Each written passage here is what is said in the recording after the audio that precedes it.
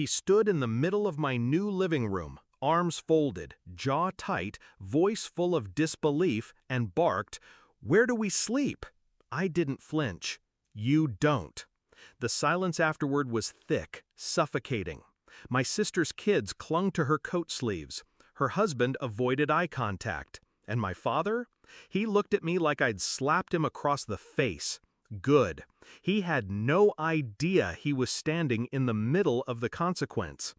They raised me to be obedient, the fixer, the peacekeeper. Every holiday, every family function, I bent, folded, shrank to keep them comfortable.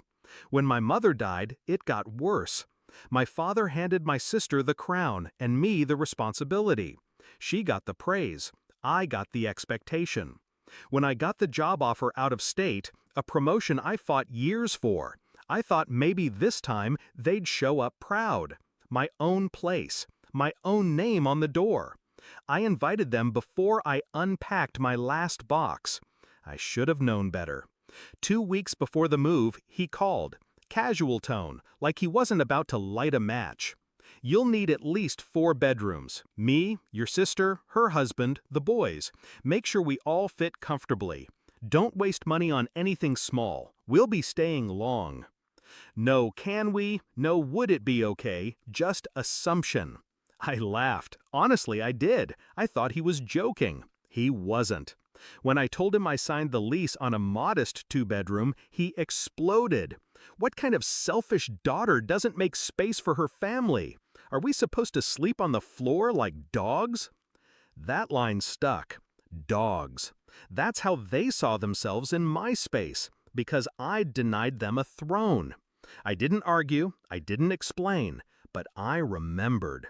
I started small. I didn't tell them when I furnished the place, didn't send pictures. When they asked, I said, "Still unpacking." I bought a beautiful sleeper sofa, just one, enough for 1 adult visitor, not 5 uninvited squatters. I framed photos of my milestones, not the family portraits they used to hang in every hallway. I left the 2nd bedroom bare, save for a desk and a locked filing cabinet. My sanctuary. When they arrived, it hit them like a wall. He stormed through the apartment, opening doors like he owned the place. When he realized the 2nd bedroom wasn't theirs, his voice dropped to a growl. "This isn't acceptable. We can't sleep like this." My voice was steady, practiced. "You weren't invited to stay." His face turned red, then purple. "We came all this way." "You assumed you were welcome. You weren't." My sister gasped. Her husband stayed silent.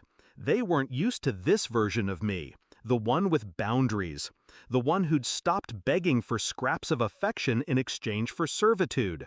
They left that night, slamming the door like they expected me to chase after them. I didn't. But that was only the beginning. They thought they could guilt me into obedience, thought the silent treatment, the snide remarks through family group texts, the "how dare she" comments whispered to aunts and cousins would bring me crawling back. I stayed quiet, watched, then I made my move. The next family event was my nephew's birthday, a backyard party. I RSVP'd yes and showed up early. With gifts, real ones, not the last-minute kind my sister gave my son. I played with the kids, helped set up, brought a homemade cake. I made myself present and kind, not to them, but to everyone else. The whispers started within the hour. "She's glowing. She seems different. Did you hear she bought a condo on her own?" They noticed. More importantly, my father noticed that the room respected me without him in it, that I was no longer the shadow. Then came the last blow. I found out he used my name to co-sign a loan for my sister's car without asking. That's when the mask came off for good. I hired a lawyer, sent a formal cease and desist, reported the fraud. He called in a panic when the bank froze their account. "You're tearing this family apart." I let him yell, let him spit every venom-soaked word he could summon. And when he finally stopped to breathe, I gave him nothing but silence. Then I hung up. The day he came to my door in full-blown panic, begging me to fix it, I didn't let him in. He stood there, stunned, furious, powerless. That's when I realized he never wanted a daughter. He wanted a servant, and I just quit. I wish I could say it was easy, that I walked away and never looked back. But cutting ties isn't painless. It's surgery. And sometimes the bleeding continues long after the wound is clean. But I'd rather be alone in a place I built than surrounded in a house where I was always outnumbered. Now my apartment is quiet, peaceful.